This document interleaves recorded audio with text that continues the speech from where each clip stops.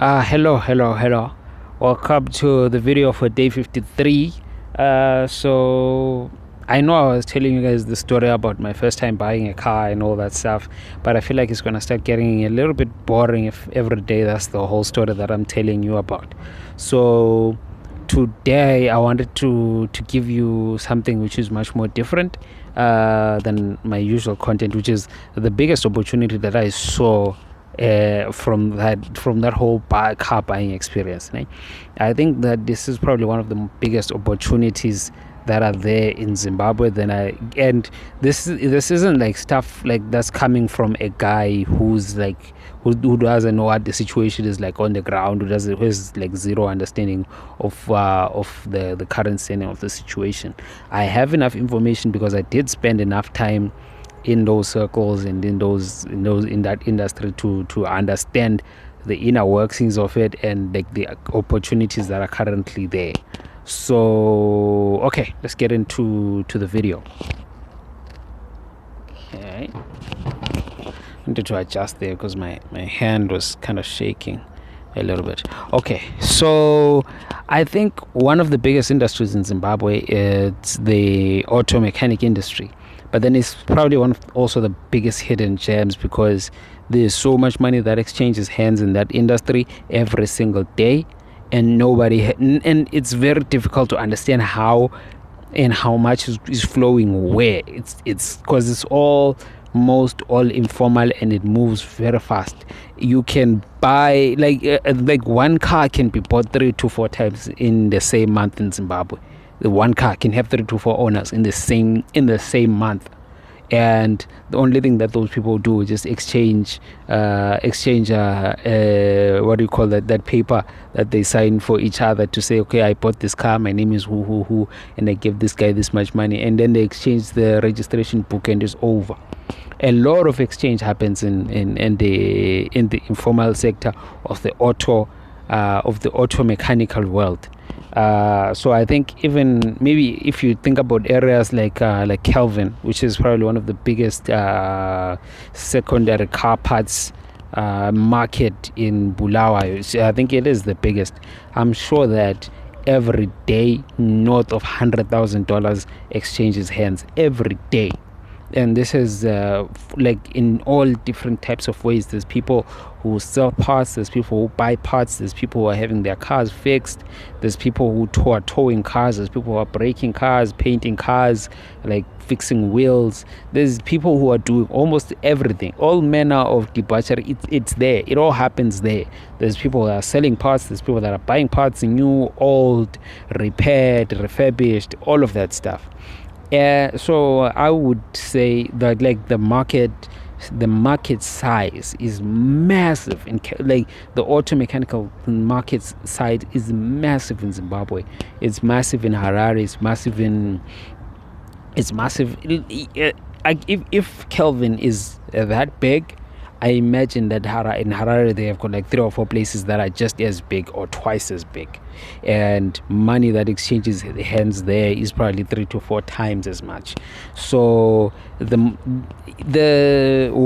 so I would say that it's the auto mechanical industry is a very nice, well hidden gem for people who are interested in investing in Zimbabwe and like making money, like finding ways to make money there. And so now then the question would be like, okay, so how would you go about embarking in getting a percentage of that market size? I think that probably one of the ideas that I had was to purchase a stand.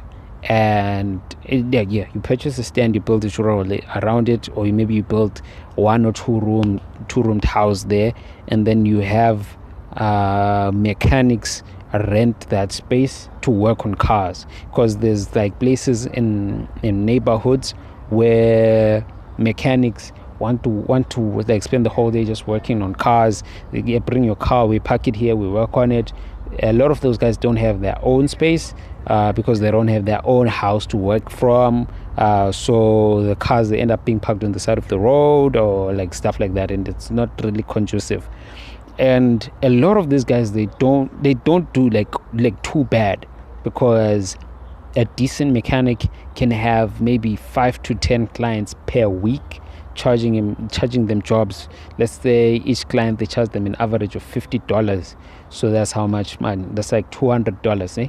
So there's like minimum $200 minimum that they make per week. So per month they could be looking at something like 800, 600, 400, depending on the quality of the mechanic himself, because and the size of the jobs, and obviously like it's a seasonal thing. Sometimes it's good, sometimes it's not good, just like any other thing.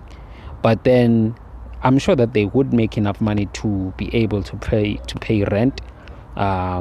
And in terms of like the city council, they're not gonna enforce that. There's like there's people that like make furniture from their houses. What are the city council gonna do? Come and like confiscate you, stop you making furniture from your own backyard? What are they gonna say? Like so like you don't have to worry about regulation, is my point. So that's a low hanging fruit. Just building, because you don't need a like great building. You just need to build like a 1 or 2 rooms, so that they can maybe keep their tools there. They can be able to cook lunch or something like that. Or if they wanna, like if they're working too hard, they can even sleep over if they want to. It's their space. You just let them. You just maybe rent it out to 3 or 4 mechanics at a time, and that's just your money coming in perpetually. And when you no longer want them there, you just evict them, and then you build a proper house and all that. So you could use that scheme to raise money to build a house, or like to build a proper house, depending on whatever you want to do. So that's one opportunity. What I will say about that particular opportunity to like further boost it is the fact that there is different types of mechanics who fix different types of motor vehicles. There's some people who just fix motorcycles. And with the expansion of the urban areas in Bulawayo, I'll speak mostly to Bulawayo because that's where I'm from. That's what I have experience with. With the expansion of neighborhoods in Bulawayo, it makes so much sense that it'll be much more efficient for people to have their cars fixed closer to where they live than have them fixed further from where they live, in town or in all these other different places. So then this also brings up the second opportunity, which probably could rely on this, which is spare parts. If you are able to organize and almost like be on good terms with people that are fixing cars, you'd probably also be able to leverage that relationship into have them push the spare parts for you. For example, if you are renting out my space, and I say to you, okay, if you buy all the parts that you need to fix the cars, for example, maybe if you buy all your spark plugs from me, I'm going to reduce your rent by this much percent. If you buy this much percent spark plugs, I'm going to reduce it by that much. And that way you're now able to get into a secondary market, which is the spare parts business. And the spare parts business it's massive. It's massive because there's so many people who are every day getting their cars maybe maintained or anything like that. And for example, if you think about the number of spark plugs that are needed every day when it comes to motor mechanics, it's insane. It's off the charts. So if you look at spark plugs, right, and you look at the importation cost of spark plugs, it's relatively low, and it's one of those items where you are able to export a lot of them. For example, I was looking on Alibaba the other day. You need about $1,000 to say it's about $1,000, and $1,000 can get you something like 5,000 spark plugs, and you transport them for about 2, and then you sell each spark plug for $1. That's how many? That's 5,000 minus 2,000 that you needed to buy and to transport it. Plus with this 5,000 spark plug, you still have space. So if you want to fill an entire cubic meter, that could be what? That could be 10,000, 8,000 spark plugs. So if you have mechanics that are pushing these spark plugs for you, and you're also like wholesaling and like finding other ways to sell them. Like that like gap is like you can feel that, and that to me that sounds like a good like amount of profit that you could make doing that. And then the third opportunity in the motor mechanic space, I think it's the like delivery, like is filling the gaps virtually, like to find a way. For example, if there's a motor mechanic who's doing a repair on the side of the road, and then he gets there, it finds out, okay, I need this. It should make sense for him to be able to go online and make a purchase and have that purchase delivered to wherever he is. Like, so it'll be spare parts plus cost, and the delivery of the spare parts could be done by motorcycles. I also know motorcycles. I bought a motorcycle. I had one for like about like 3 months. I rode it almost every day. I know the mathematics that goes into it, like the cost that goes into maintaining and running a motorcycle, all of that stuff. It's a cost that can make sense, because with motorcycles, they are fuel efficient, and you are able to carry stuff like spare parts with the relative ease. So if you wake up, maybe you get 3 to 4 orders that are placed in different like strategic locations. Within one run, you're able to make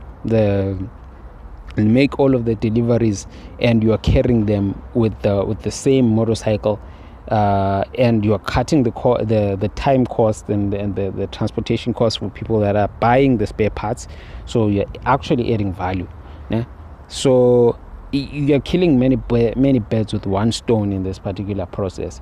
So let's say you make your delivery, you wake up, you purchase you go to the person who's supplying, you purchase for the people, and then you put it in your satchel, or you put it in your bag in your motorcycle.